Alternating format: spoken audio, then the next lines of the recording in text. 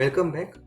Last લેક્ચરમાં આપણે introduction જોયેલું કે પીએચપી શું છે, પીએચપી કઈ રીતે કામ કરી રહ્યું છે, અને એક સિમ્પલ એક પ્રોગ્રામ જોયેલો હેલો વર્લ્ડનો. આવી કંઈક બેઝિક વસ્તુ આપણે જોયેલી કે પીએચપી ફાઇલ છે એનું એક્સટેન્શન .php હોય છે. પીએચપી ફાઇલ મતલબ કે તમારા HTMLની અંદર પીએચપી સ્ક્રિપ્ટ આ રીતે લખાય છે. હવે જૂના જે પીએચપી 7.0 પહેલાંના જે વર્ઝન હતા એની અંદર તમે આ રીતે પણ લખી શકતા હતા કે સ્ક્રિપ્ટ ટેગ છે એની અંદર લેંગ્વેજ ઇક્વલ ટુ પીએચપી. પીએચપીની અંદર કમેન્ટ્સ કઈ રીતે લખાશે તો કે /. કમેન્ટ્સનો મતલબ શું છે તો કે તમારા કોડની અંદર કંઈ પણ લખેલું છે એની આગળ તમે કમેન્ટ કરેલી છે તો એનું એક્ઝિક્યુશન થશે નહીં. આ છે સિંગલ લાઇન કમેન્ટ, મતલબ કે તમે અગર એવું લખેલું છે કે એક વેરિયેબલ છે ABC, આ લાઈન તમારે અત્યારે કમેન્ટ કરી દેવી છે તો સિમ્પલી તમે એની આગળ // કરી દેશો તો સિંગલ કમેન્ટ થશે. અને લાઇન ઓફ કોડ મતલબ કે બ્લોક છે કોઈ મોટો, એક લાઇનની આગળ આવી રીતે કમેન્ટ કરવાના બદલે તમે કોડના લાઇનની આગળ /* અને // એનો મતલબ કે આખો જે બંચ ઓફ કોડ છે તે કમેન્ટ થઈ જશે.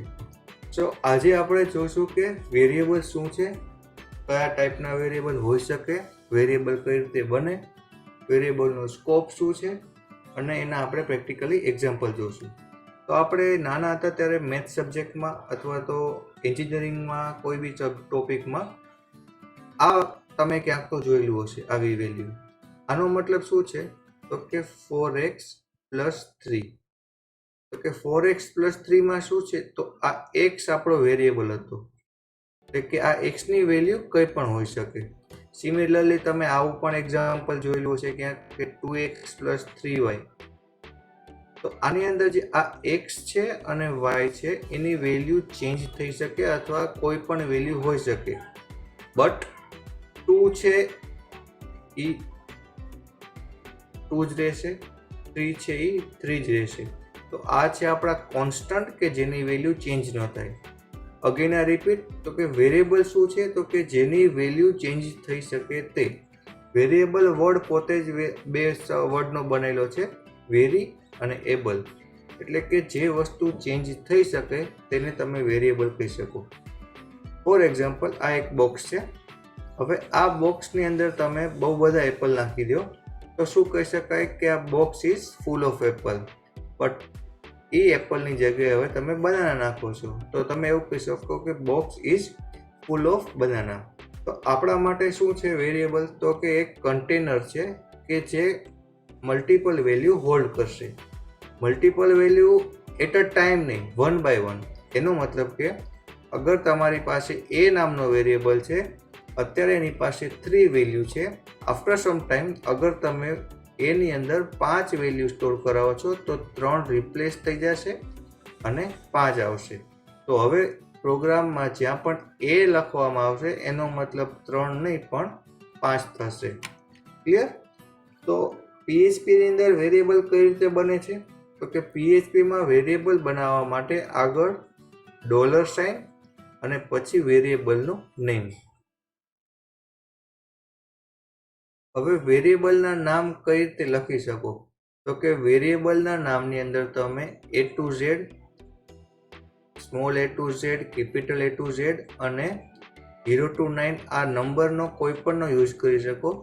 આના સિવાય તમે અંડરસ્કોર પણ યુઝ કરી શકો. ફોર એક્ઝામ્પલ વેરિયેબલનું નામ મેક હોઈ શકે, m@a હોઈ શકે, m1 હોઈ શકે, બટ ક્યારે પણ વેરિયેબલનું નામ ડિજિટથી શરૂ ન થઈ શકે. એનો મતલબ કે 1 મેક આ નામનું હું વેરિયેબલ બનાવી શકું નહીં. ક્લિયર? તો હવે પીએચપીમાં આપણે વેરિયેબલ લખવો હશે તો કઈ રીતે લખશું તો કે $a, તો આ a નામનો વેરિયેબલ બન્યો, $b તો આ b નામનો વેરિયેબલ બન્યો, $1 તો આ નંબર 1 નામનો વેરિયેબલ બન્યો. એટલે આપણે મલ્ટિપલ વેરિયેબલ બની શકે છે. બીજી વાત ધ્યાન રાખવાની એ છે કે પીએચપીમાં વેરિયેબલ્સ જે છે તે કેસ સેન્સિટિવ છે. એનો મતલબ કે પીએચપી માટે $a is never equal to $a. મતલબ આ અલગ છે અને આ અલગ છે. આપણે પ્રેક્ટિકલી હમણાં જોઈ લઈ. ધેન નેક્સ્ટ વન ઇઝ કે તમારે PHPમાં વેરિયેબલ ડિક્લેર કરવાની જરૂર નથી. જે રીતે તમે જાવાસ્ક્રિપ્ટમાં જોઈ ગયા છો એ જ રીતે તમે ડાયરેક્ટ પણ વેરિયેબલનો યુઝ કરી શકો છો. ધેન આ એક એક્ઝામ્પલ છે, બટ રિકમેન્ડ કરવામાં નથી આવતો, મતલબ કે આ રીતે બને ત્યાં સુધી કોડ ન લખો. બટ આપણે જોઈ લઈએ કે આ કોડ શું છે. તો કે મેં એક વેલ્યુ લખેલી છે કે $a = b. એનો મતલબ કે $a છે એ સપોઝ કે આપણું આ ખોખું છે એની અંદર b. ક્લિયર? ધેન $b મતલબ કે એક નવું ખોખું બનેલું છે $b અને એની અંદર વેલ્યુ સ્ટોર કરાવી છે મેં સની મેક. તો આપણી પાસે બે વેરિયેબલ છે, એક a અને b. હવે હું લખું છું ઇકો. ફર્સ્ટ લેક્ચરમાં પણ તમે જોયું હશે કે ઇકોથી શું થાય છે, તો કે સ્ક્રીન ઉપર તમે પ્રિન્ટ કરાવી શકો છો. ઇકો $a પહેલા આ રીતે એક્ઝિક્યુટ થશે. તો $a માં શું છે મારી પાસે b, તો આ વેલ્યુ અહીંયા આવશે. તો નાવ સ્ટેટમેન્ટ શું થશે, તો કે $b મતલબ કે ઇકો $b. તો ઇકો $b નો મતલબ કે $b માં જે પણ વેલ્યુ છે એ વેલ્યુ પ્રિન્ટ કરાવો. વેલ્યુ શું છે, સની મેક. તો આ 3 લાઈનનું ફાઇનલી આઉટપુટ આવું આવશે બ્રાઉઝરની અંદર, Sunny make. Clear? Next one is કે કયા કયા ટાઈપના વેરિયેબલ હોઈ શકે. તો જેમ દરેક પ્રોગ્રામિંગ લેંગ્વેજ, સ્ક્રિપ્ટિંગ લેંગ્વેજના અલગ અલગ વેરિયેબલ હોય છે, એમ PHPમાં આટલે ટાઈપના વેરિયેબલ હોઈ શકે. જેમાં નલ મતલબ કંઈ પણ વેલ્યુ નથી, ઇન્ટીજર એટલે કે પૂર્ણાંક સંખ્યા, એટલે કે તમે 4 લઈ લો, 8 લઈ લો, 10 લઈ લો, તો આ બધાને કહેવાશે ઇન્ટીજર. Than float. ફ્લોટ એટલે તો કે તમારી અપૂર્ણાંક સંખ્યા 3.9 છે, 3.14 છે, 98.99 છે, આવી કોઈ પણ વેલ્યુ હશે એને ફ્લોટ કહેવાશે. એ જ રીતે તમે સ્ટ્રિંગ, બુલિયન, એરે, ઓબ્જેક્ટ, આ બધું 1 by 1 નેક્સ્ટ લેક્ચર આવતા જશે તેમ ખ્યાલ આવતો જશે. હવે વેરિયેબલ કઈ રીતે બને અને વેરિયેબલમાં કઈ રીતે વેલ્યુ ઇન્સર્ટ થાય, હવે આપણે પ્રેક્ટિકલી આપણે એ જોઈ લઈએ. અહીં એક નાનું એક્ઝામ્પલ છે કે $name મતલબ નેમ નામનો વેરિયેબલ બનાવ્યો, એની અંદર મેં વેલ્યુ સ્ટોર કરાવી મેક. અને હવે બીજો એક વેરિયેબલ લીધો છે $str અને એની અંદર મેં વેલ્યુ લખાઈ છે $name. ક્લિયર? તો આ ટોપ ટુ બોટમ એક્ઝિક્યુશન થશે. ફર્સ્ટ $name = make સ્ટોર થશે. નેક્સ્ટ લાઈન છે મારી $make. તો એને ખબર પડશે કે આ વેરિયેબલ છે, આ વેરિયેબલની જગ્યાએ વેલ્યુ લઈ લેશે, વેલ્યુ છે make.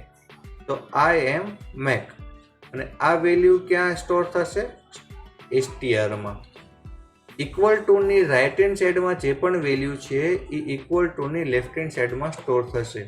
એનો મતલબ કે સપોઝ મેં આવું લખેલું છે $a = $b. તો આનો મતલબ એ જ થશે કે $b ની વેલ્યુ $a માં આવશે. અને હા, $a = $b. આનો મતલબ થશે કે આ બે ડબલ ઇક્વલ ટુ છે, તો $b એ $a જેવું છે કે નહીં આ કમ્પેર કરશે. ક્લિયર? તો આપણે જ્યારે પણ વેલ્યુ એસાઇન કરવાની હશે, એટલે કે કોઈ પણ વેરિયેબલને વેલ્યુ આપવી હશે, તો આપણે સિંગલ ઇક્વલ ટુનો ઉપયોગ કરશું. હવે સી લેંગ્વેજની અંદર તમે કનેક્ટર ઓપરેટર જોયેલો, એટલે કે તમે અથવા તો જાવાસ્ક્રિપ્ટમાં જોયું હશે કે સપોઝ એક સ્ટ્રિંગ છે a, બીજી સ્ટ્રિંગ છે b. હવે મારે આ બે સ્ટ્રિંગને કમ્બાઈન કરવી છે, એટલે કે મારે ફાઇનલ આઉટપુટ જોઈ છે ab. તો તમે આવું લખતા કઈ કે a પ્લસ ડબલ કોટ્સમાં b. તો આ વસ્તુ PHP માટે રિપ્લેસ થાય છે ડોટથી. એનો મતલબ કે મારે આવું લખવું પડશે a.b. આ ઇનફ થિયરી છે. હવે પ્રેક્ટિકલી જોઈએ કે આપણે જેટલી પણ વસ્તુ વાત કરેલી છે એ કઈ રીતે પરફોર્મ થાય છે.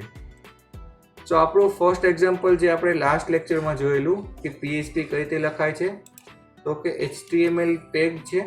HTML ની અંદર તમારે આવી રીતે PHP નો ટેગ લખવાનો છે અને ઇન બિટવીન તમારે લખવાનું છે. હવે કાલના લેક્ચરમાં આપણે આની જગ્યાએ ઇકોનો યુઝ કરેલો. PHPમાં બ્રાઉઝરમાં પ્રિન્ટ કરવા માટે તમે ઇકો અથવા તો પ્રિન્ટ કંઈ પણ વર્ડનો યુઝ કરી શકો છો. તો PHP રન કરતા પહેલા આપણે આપણું સર્વર શરૂ કરવું પડશે.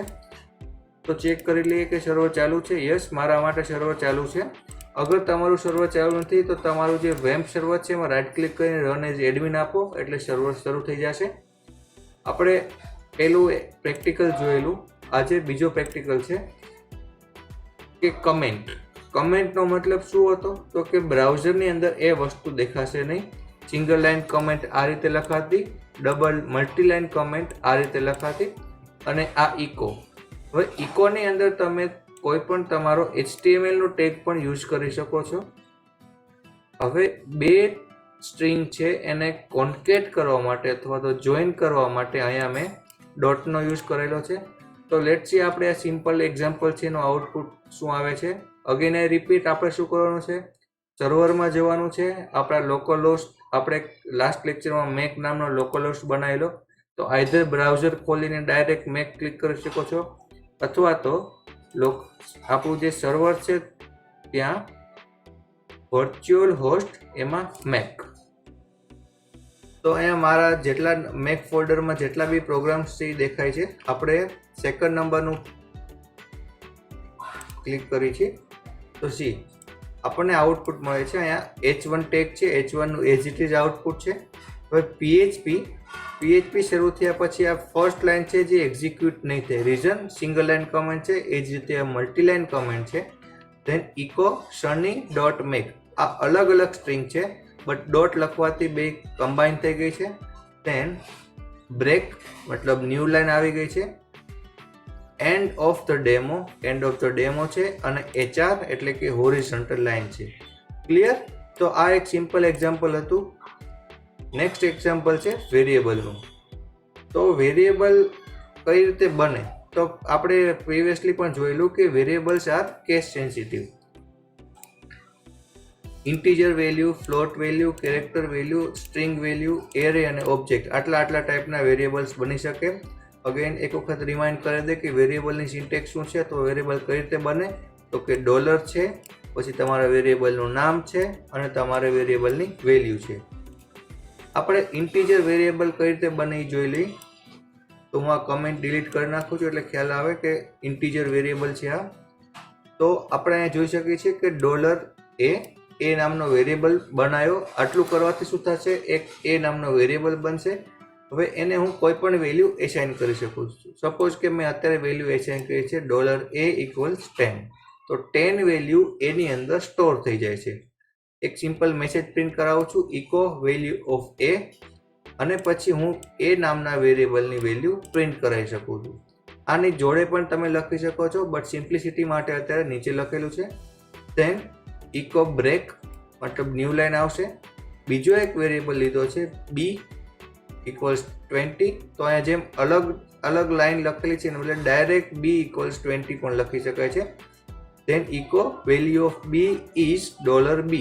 તો આ બે લાઇનને કમ્બાઈન કરીને સિંગલ લાઇનમાં લખેલું છે. ધેન હોરિઝોન્ટલ લાઇન છે. લેટ્સ સી થર્ડ પ્રોગ્રામનું આઉટપુટ શું આવશે. હવે પ્રોગ્રામનું આઉટપુટ જોવા માટે આઈધર હું મેક લખું બ્રાઉઝરમાં અથવા તો મારી પાસે ઓપન જ છે. રિફ્રેશ કરીને પ્રોગ્રામ 3 વેરિયેબલ PHP. તો here is your output. Value of a is as it is message print થાય છે અને a નામના વેરિયેબલની વેલ્યુ પ્રિન્ટ થાય છે. Similarly value of b is message print થયો છે અને $b માં b નામના વેરિયેબલની વેલ્યુ પ્રિન્ટ થાય છે. તો આવી રીતે આપણે બીજો એક ફ્લોટ ટાઈપનો વેરિયેબલ છે. તો ફ્લોટ ટાઈપનો વેરિયેબલ એટલે શું કે જે અપૂર્ણાંક સંખ્યા એક્સેપ્ટ કરે. બાકીની વેલ્યુ એઝ ઇટ ઇઝ છે, મતલબ કે સ્ટ્રક્ચર છે આપણા મેસેજનું એ એઝ ઇટ ઇઝ છે.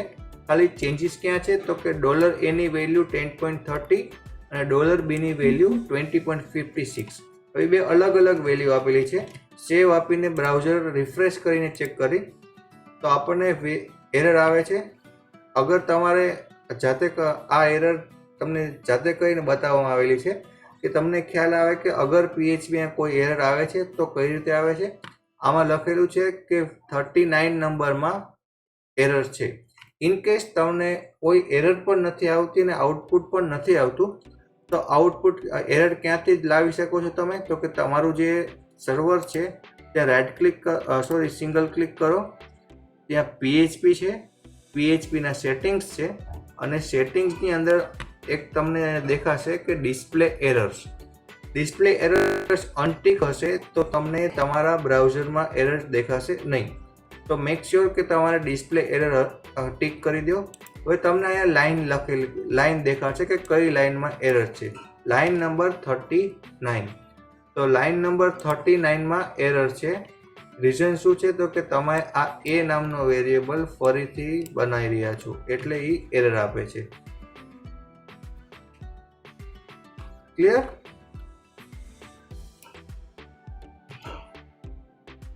અત્યારે આને બંધ કરી દઈએ. એ જ રીતે તમારી પાસે છે સ્ટ્રિંગ નામનો સ્ટ્રિંગ વેરિયેબલ પણ યુઝ કરી શકો છો. તો સ્ટ્રિંગ માટે શું છે તો કે આઈધર તમે સ્ટ્રિંગ સિંગલ કોટનો યુઝ કરી શકો છો અથવા તો ડબલ કોટ્સનો યુઝ કરી શકો છો. મતલબ કે તમને હવે વેરિયેબલ્સ કઈ રીતે બને એનો ખ્યાલ આવી ગયો હશે. Next topic is scope of variable.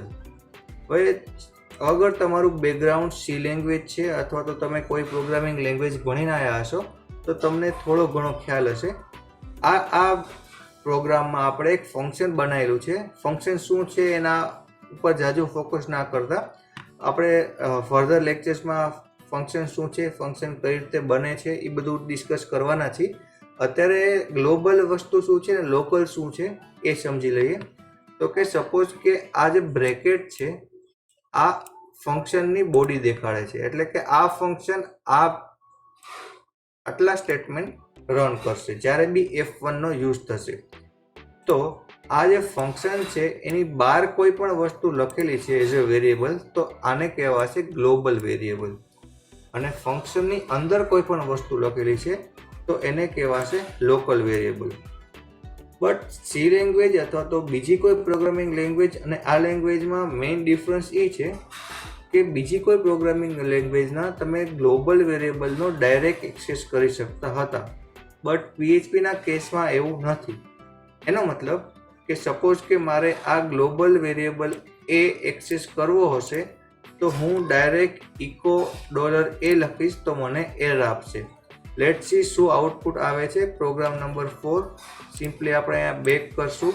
અગર તમે તમારી પાસે બંધ છે તો તમારા લોકલ હોસ્ટનું નામ લખો. મારા કેસમાં મેક છે. Programme 4C. આઉટપુટ કઈ રીતે આવે છે તો કે $b છે. $b ની વેલ્યુ 20 છે, ઇકો 20. તો 20 પ્રિન્ટ થાય છે. એના પછીની લાઈનમાં એરર આપે છે એટલે કે આ લાઈનમાં એરર છે લાઈન નંબર 16. ક્લિયર? તો હવે મારે ગ્લોબલ વેરિયેબલનો યુઝ કરવો હોય તો મારે શું લખવું પડશે તો કે હું આવી રીતે લખી શકું ગ્લોબલ a. આનો મતલબ કે હવે હું આ વેલ્યુ એક્સેસ કરી શકું છું. એક વખત મેં આ વેલ્યુ લખી દીધી પછી જ તે હું આને એક્સેસ કરી શકું. લેટ્સ સી કે હવે આઉટપુટ શું આવે છે. C10. ક્લિયર? શું થયું છે તો કે આ વેરિયેબલને મારે ફંક્શનની અંદર એક્સેસ કરવો છે તો એના પહેલા ફરીથી મારે અહીંયા લખવું પડશે ગ્લોબલ a. આ વેરિયેબલને મારે હવે પ્રિન્ટ કરાવવો છે તો હવે હું પ્રિન્ટ કરાવી શકીશ. સેમ વસ્તુ લોકલ વેરિયેબલમાં લાગુ પડે છે કે સપોઝ કે આ વેરિયેબલ છે લોકલ છે તો આ ફંક્શનના આઉટસાઇડમાં હું આ વેરિયેબલનો યુઝ ના કરી શકું. મતલબ કે આ જે મારો વેરિયેબલ છે એ આ બે બ્રેકેટની વચ્ચે જ એક્સેસ થઈ શકે. લેટ્સ સી કે સપોઝ કે હું $b બહારની સાઈડ લખું છું તો શું આઉટપુટ આવે છે.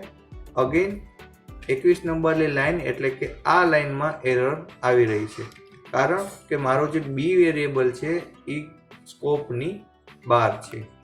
હવે સૌથી વધારે પૂછાતો અથવા તો સૌથી કન્ફ્યુઝિંગ ટોપિક છે વેરિયેબલ માટેનો એ છે static variable.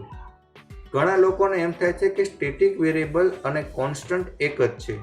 But static variable અને કોન્સ્ટન્ટ એક નથી. આપણે પહેલાં જોઈ લઈએ કે શું ડિફરન્સ છે અથવા તો આ પ્રોગ્રામનું આઉટપુટ શું આવે છે.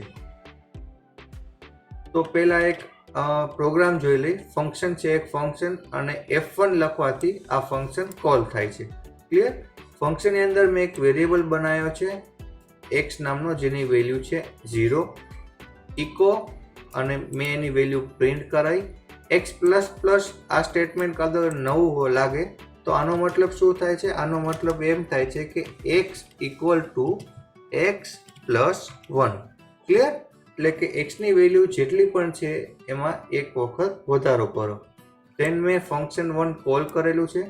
દેન ઇકો કરીને બ્રેક લાઇન, મતલબ નવી લાઇન, ફરીથી function 1, then break line, then third time.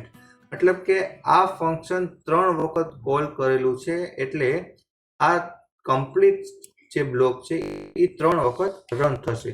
Let's see શું આઉટપુટ આવે છે. આપણા પ્રોગ્રામ છે પ્રોગ્રામ 5 સ્ટેટિક વેરિયેબલ.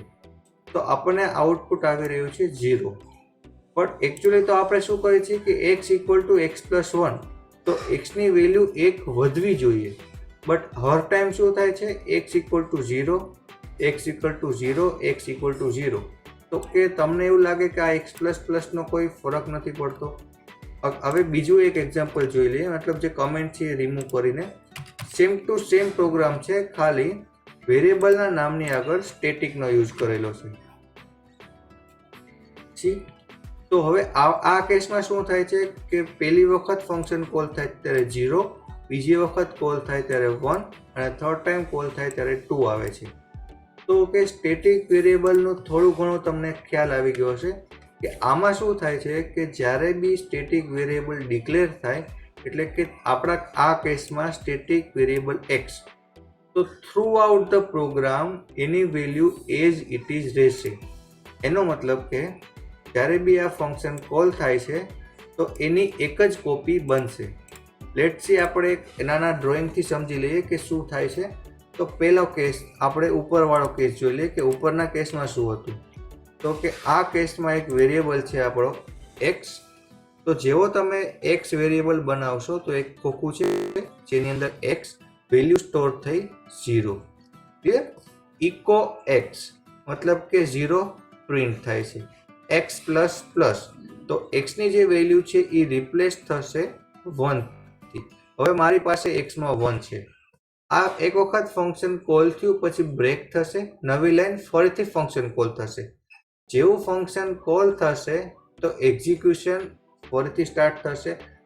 એનો મતલબ કે અગેન x ઇક્વલ ટુ 0, તો 1 રિપ્લેસ થઈ જશે 0 થી, પ્રિન્ટ થશે x1, તો ફરીથી વેલ્યુ પ્રિન્ટ થશે 0. x પ્લસ પ્લસ 0 ની વેલ્યુ રિપ્લેસ થશે 1 થી, ફંક્શન કમ્પ્લીટ, ફરીથી બ્રેક લાઇન, નવી લાઇનમાં આવશે, ફરીથી ફંક્શન કોલ થશે. એવું ફરીથી ફંક્શન કોલ થશે, અગેન x ઇક્વલ ટુ 0. અહીંયા વેલ્યુ પાછી થઈ જશે 0, પ્રિન્ટ થશે 0. તો આપણું આ આઉટપુટ 0 0 શું કામ આવ્યું ખ્યાલ આવી ગયો તમને? ક્લિયર? હવે સ્ટેટિક વેરિયેબલના કેસમાં શું થાય છે? તો કે સ્ટેટિક વેરિયેબલના કેસમાં લેટ્સ સી,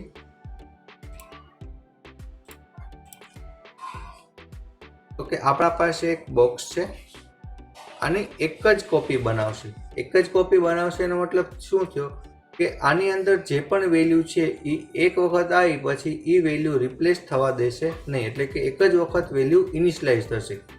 તો મેં સૌથી પહેલાં લખેલું સ્ટેટિક x ઇક્વલ ટુ 0, તો અહીંયા વેલ્યુ લખાઈ ગઈ 0. ઇકો ડોલર સ્ટેટિક x, તો x ની વેલ્યુ 0, ઇકો 0, મતલબ ઇકો ડોલર x, તો વેલ્યુ પ્રિન્ટ થશે 0. x પ્લસ પ્લસ, આનો મતલબ કે x ની વેલ્યુ ઇન્ક્રીમેન્ટ થશે 1 થી. હવે ફરીથી આ એક વખત ફંક્શન કોલ થયું, બીજી વખત ફંક્શન કોલ થશે ત્યારે આ સ્ટેટમેન્ટને એ ઇગ્નોર કરશે. એટલે કે x ની વેલ્યુ જે 1 છે એ 1 ની જગ્યાએ 0 રિપ્લેસ થશે નહીં. દેન ઇકો $x, તો વેલ્યુ આવશે 1, x પ્લસ પ્લસ, તો આ વેલ્યુ ચેન્જ થઈ. તો અગર જો આ કોન્સ્ટન્ટ હોત તો x ની વેલ્યુ 0 ની 0 રહે. બટ સી આ વેલ્યુ ચેન્જ થાય છે, તો આ વેરિયેબલ તો છે જ, બટ હરેક ટાઈમ એટલે કે ફંક્શન જેટલી બી વખત કોલ થાય છે એની એક જ કોપી બને છે જે મેન્ટેન થતી રહે છે. થર્ડ ટાઈમ જ્યારે F2 કોલ થશે ત્યારે આ વેલ્યુ રિપ્લેસ થશે 2 થી અને ઇકોમાં પ્રિન્ટ આવશે 2. તો આપણને આઉટપુટ મળે છે 0 1 2. અગેન આઈ રિપીટ કે તમારું કોન્સ્ટન્ટ અને સ્ટેટિક વેરિયેબલ એક નથી. કોન્સ્ટન્ટ કોને કહેવાશે તો કે ડ્યુરિંગ એક્ઝિક્યુશન ઓફ પ્રોગ્રામ જેની વેલ્યુ ચેન્જ ન થાય એને કહેવાશે કોન્સ્ટન્ટ, અને જેની વેલ્યુ ચેન્જ થઈ શકે એને કહેવાશે વેરિયેબલ. બટ જે વેરિયેબલ એવો છે કે આખા એક્ઝિક્યુશન દરમિયાન એની એક જ વખત જે વેલ્યુ છે એની એક જ કોપી જનરેટ થાય તો એને કહેવાશે સ્ટેટિક વેરિયેબલ. અગર આજના લેક્ચરમાં તમને કંઈ પણ ખબર નથી પડી તો તમે કમેન્ટ સેક્શનમાં લખીને બતાવો મને. અગર તમારે આ પ્રોગ્રામ્સ જોઈ છે તો મને કમેન્ટ કરીને જણાવો, હું તમને પ્રોગ્રામની લિંક આપી દઈશ. અને તમને જો વિડીયો ગમી રહ્યો છે તો પ્લીઝ લાઈક કરો, શેર કરો તમારા મિત્રો જોડે, અને ચેનલને સબસ્ક્રાઈબ કરવાનું ના ભૂલો.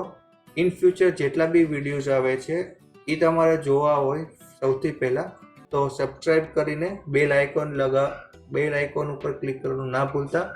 જલ્દી મળીએ બીજા એક નવા લેક્ચર જોડે. ત્યાં સુધી ધ્યાન રાખો. કોરોના છે તો ઘરે રહો. Thank you.